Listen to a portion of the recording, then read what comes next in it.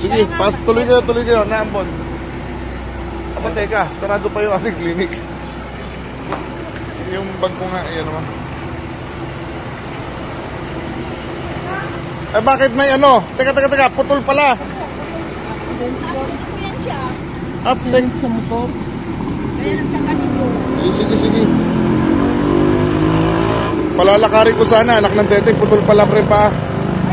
Hindi lang pala basta dislocate.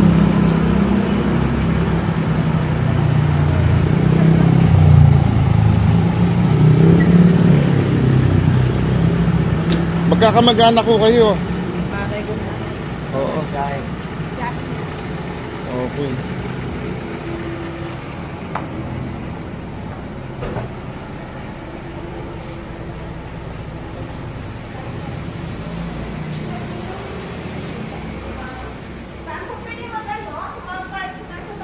Pwede po dyan. So, eto yan.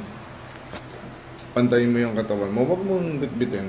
Kasi, anong nangyari, ginagawa mo, binibitbit mo, ganun eh. Okay? Huwag mo ikikilos to, no? Steady lang. Wala na namang nararamdamang pain. Wala na po. Wala na. Wala na po gaano. Wala na. O yeah, kung papansinin nyo, pag iaangat ko, nasama siya, no? Baji! Kayo po ay taga Palawan. Opo. Anong nangyari sa kanya?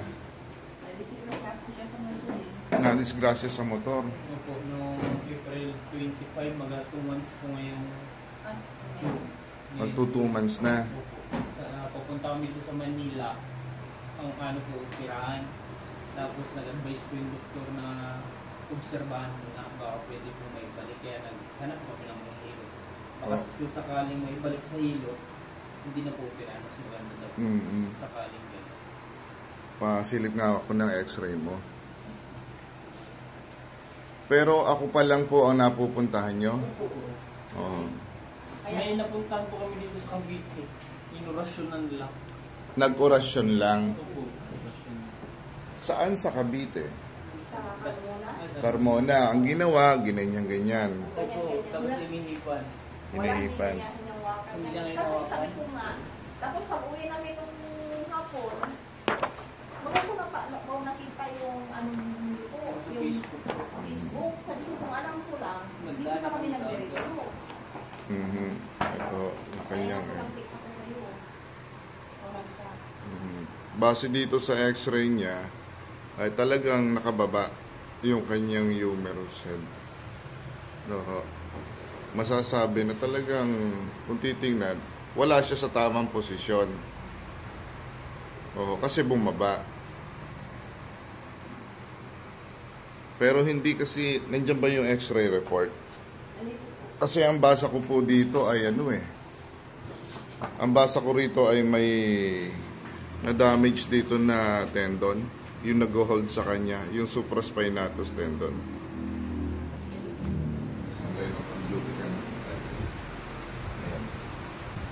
Kung papansinin nyo, kapag ka ito pupush ko pataas, may pataas.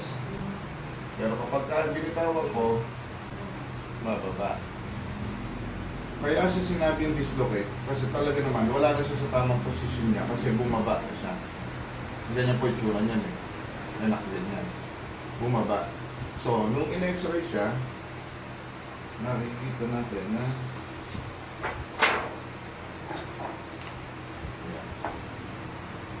pwede may taas na. Sundan mo. Ayan. Nakababa siya. Dapat yan, andito. Sa level na yon. Kaya sa sinabing dislocate. Ngayon, kapag tinaas ko, hindi na siya dislocate. Antay na eh. Kaso, pag binitawan, nababa ulit. Kasi may naputol. Kung papansinin niyo po dito, yan, marami pong nag-hold sa kanya. Pero dito, hindi na nakita yung sinasabi ko na supraspinatus tendon. Siya po yung nag-hold. Siya po, yung tendon na yon, yan yung nag-hold dito sa humerus head para siya nakataas. At yun po yung naputol. Kaya walang magagawa ang anumang hilot sa kalalagayan ng inyong anak. No? Sa madaling salita, kahit sino, kahit gaano kagaling, ang puntahan ninyo, wala po kaming magiging ambag. Wala kaming magagawa. Kasi, parang kami naglolokohan ito. Parang namin kayo lolokohin. Meron kayo nakikita, siguro may mapapanood kayo na ganyan na kalalagayan. Yung iikutin kunyari, tapos pagkagano ko yan, bumalik na raw. Pero hindi niya binibitawan to. Tapos tatalian na.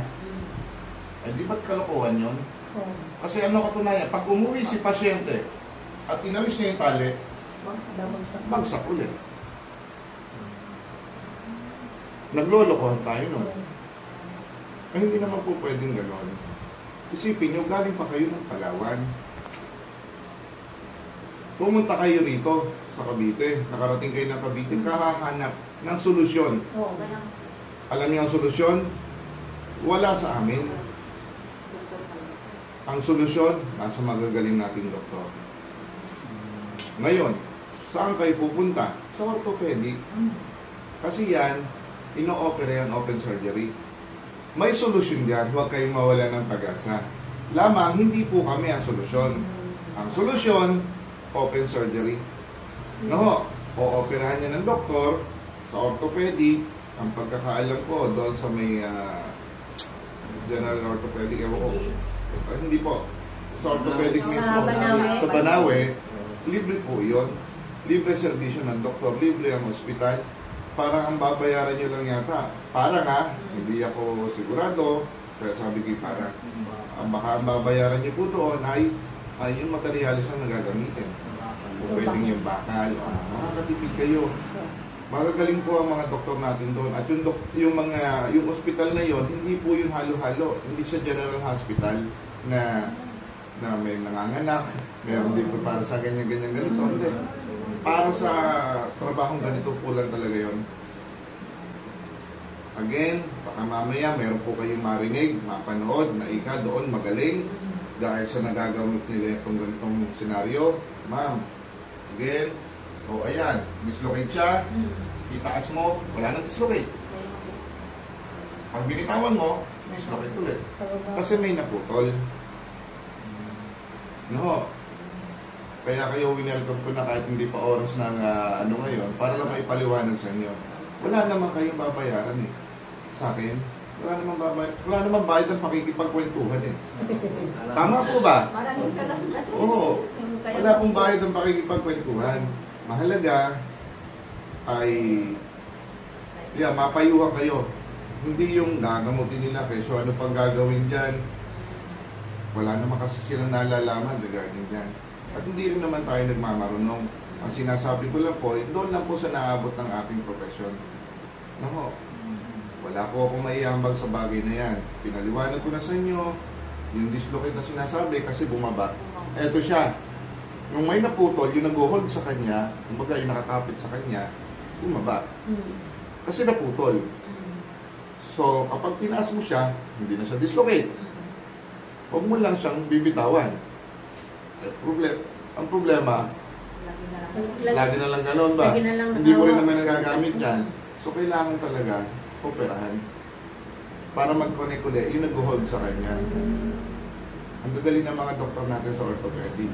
Sila po talaga mga solusyon. Ni-refer sila ng ortho doon sa PGH.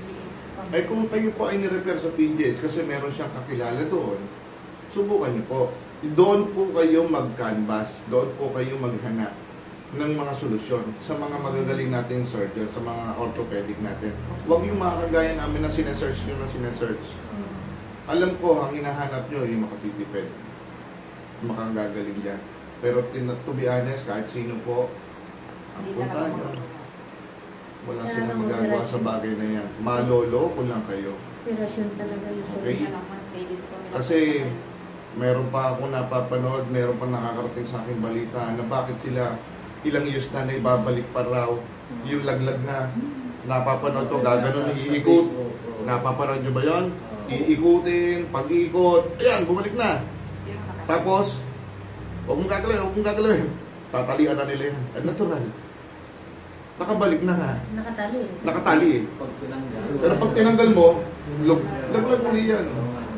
Totoo nga naman sinasabi. Sige, panoorin nyo. Alam ko, I'm sure na may napanood na kayong gano'n. Oo, ganun na. Kaya nakakapaniwala eh. Pagka nakapanood sa Facebook. Oo. Napanood nyo yun? Oo, sus. Talaga ka. Magaling ka. Kakong gano'n. Eh, tapos hindi naman pala, pag binitawan na, gano'n pa rin. Pero hindi nga pinakikita pagka bitawan. Oo. Ganun lang eh. Talagang Oo. ganun lang. Taga saan po kayo? Kasama po kayo sa Palawan. Hindi. Dito lang ako kasama lang. Malabon lang kayo. So, ilang taon ka na? 29 po. 29. Sorry to say, hindi ako ang kailangan mong tao. Kung ikaw ay literal na nag-dislocate nang dahil sa siya ay, kasi ganyan posisyon niya, kadalasan yan, pumapasok yan sa ilalim. Yun yung mga ibinabalik natin. Ano? Kung mapapanood nyo sa akin, kahit anong joints dyan, ay binabalik ko naman. Basta na-dislocate. Lamang, kapag ka talagang, Putol pala po talaga. yes, may naputol. Kinalulungkot ko, hindi ako yung tamang tao. Talagang operasyon. Operation po talaga. At gusto ko nang tuldukan kasi pangalawa na pala ako sa pinuntahan nyo. Gusto ko nang tuldukan yung kahahanap nyo ng mga kagaya ko. Hindi po sa nagmamarunong, pero wala po talaga kami mayaman. At ako naaawa naman sa inyo, kahanap ng solusyon, lalo kayong magagasusan. Sabihin nyo, maliit na gastos dito, maliit na gastos dito. Kasi hinahanap nyo makatipid. Yung maliit na yung pag pinagsama-sama nyo yung lahat na mararating nyo, malaki rin eh. Dadami. Dadami eh. Kasi ang lalayo ng pagitan namin eh. Lalo na kayo, galing pa nga kayong Palawan. Kahanap nyo ng solusyon. Nakarating kayo dito sa Dasma, Cavite. Magpapakasakali na. Papakasakali kayo. Baka sakaling may balik. Oo, Sabi na, yung diba? yung isa, Dislocate lang. yung pinuntahan nyo, hindi ko sasabihin kung Wala saan. naman sinabi yun. Na pinaikot-ikot yung daliri. Wala. Oo. Hindi nga niya inawakan pa.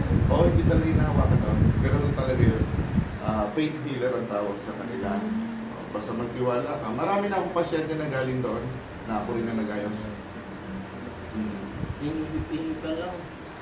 Iipan nga lang na. Oo. Isang minuto. Saglit nga lang. Oo. Kaya ngayon, sa kalalagayan mo, putol yan, hindi naman mapagdudugtong yan ng ihip. Oo. Doktor natin na kailangan. Yun nga. Hindi ko tinutuldukan. Ang tinutuldukan ko, yung humanap ng kagaya ko. Oo. Ang hindi ko naman tinutuldukan, yung pagpapagamot sa kanya, kasi una ko, may solusyon pa. Okay? Lilinawin ko lang. Ang tinutuldukan ko, huwag nyo na sa amin. Baka maghanap pa kayo kung saan-saan. Oo. Pero ito, may solusyon. Open surgery. Ang gagaling ng mga doktor natin sa orthopedic, sa araw-araw na ginawa ng Diyos, pag pumunta kayo doon, pila mga pasyente na mas malala pa sa kanya. Expert na sila sa bagay niya. Huwag ka na Thank you magagawa. po, sir. Salamat sa iyo. Ako'y nalulungkot at wala akong naging ambag sa iyo. Lamang, sana kayo po ay Pero mas maganda yun. Paliwanag. Tama nga lang. Tama nga yung sinasabi. Talagang hindi mo gagawa yung hindi Wala talaga operasyon. gagastos ng gagastos kapunta sa mga lugar na inaakala natin. gasolina lang eh. Gasolina, pagod, oras. Hindi matutumbasan yun. Kasi yan, habang patagal na patagal, nagiging negative na. Kaya, maganda niyan, magpahinga kayo sa inyo. Tapos, bigyan nyo ng panahon, i-schedule nyo, punta kayo doon sa sinasabi ko. Yun ang tutuldok. But again, may solusyon, ha? Kaya wag mawala ng pag-asa. Ayan doon. Pag mawala ng pag-asa. Sabi Oo, ko nga, kasi diba? may solusyon. May solusyon. Pag na-operahan niya naman ng Diyos, babalik mo sa dati. Oo. Anyway, palagay ko malinaw na sa inyo. Alas 10 pa ang open ko. Kaya makukuha pala isa. Alas 8 pasado pa lang. Hindi pa ako nagmumukog, hindi pa ako nag-ano. Dito na nga ako nakatulog. Dito na ako nakatulog. Maraming salamat Sakto naman, ako pa yung nakapagdanuhan tanungan nyo dito. Kasi Talaga- palis ako eh, may susunduin ako sa airport. Ay, talaga, ano naman ni Lord, talaga magkita tayo ngayon. Parehin na kami tumamit. Sige po, maraming Laking bagay salamat. din at masaya ako na nakarating kayo dito.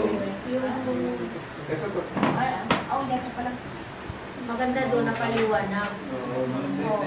Napaliwanag. Yung iba, matik yan, hahawakan nila yan, hihimas-himasin, lalangisan. Bakit? Pera yan eh. Matik pera yan para sa kanila eh. Pero hindi eh.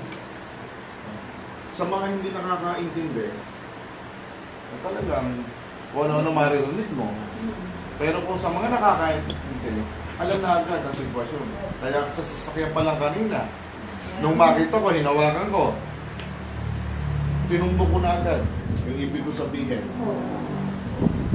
Ay, sa mga nag-Diyos, araw-araw ko naman ang ginawa ng Diyos dito, lagi lalagyan ng mga senaryo. Maraming salamat po sa pagpunta nyo. Maraming salamat din sa pagtitiwala ninyo. At kahit pa paano, sana nakapagbigay ako ng tamang informasyon sa inyo. Maraming salamat, sir. Maraming salamat sa duty mo. Ito, hinarap mo kami. Kasama po ito sa trabaho ko eh. Kaya minsan pati sa mga vlog ko, gabi na, madilim na. Hanggang out of duty na. Pero kasi emergency eh. Kasama to sa profession na pinili natin.